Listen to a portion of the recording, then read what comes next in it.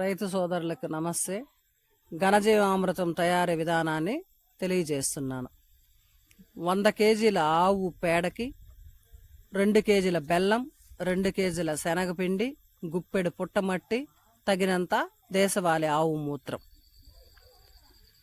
First శుభ్రమైన పట్టను తీసుకొని నీడలో వేసుకొని ఆవు పేడ, తాజా ఆవు పేడను తీసి దాంట్లో చెత్త రాళ్ళు ఉన్న తీసివేసి, తర్వాత శనగపిండి బాగా జారుడుగా మనం బోండా పిండి మారుగా కలుపుకొని, బెల్లం విడిగా కలుపుకొని, పుట్టమట్టిని కూడా కలుపుకొని 3 ఒక్కొక్కసారి ఒక్కొక్క విధంగా పేడ పైన బాగా పలచగా పరిచిన పేడ పైన చల్లుకోవాలి.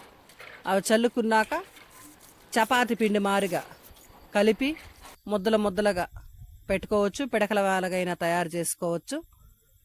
నీడలేనే ఆరబెట్టి 3 రోజుల తర్వాత అంతా పొడి చేసి వారం రోజులు నీడలో ఆరబెట్టి దాన్ని గోతాంలో నిల్వ ఉంచుకోవాలి.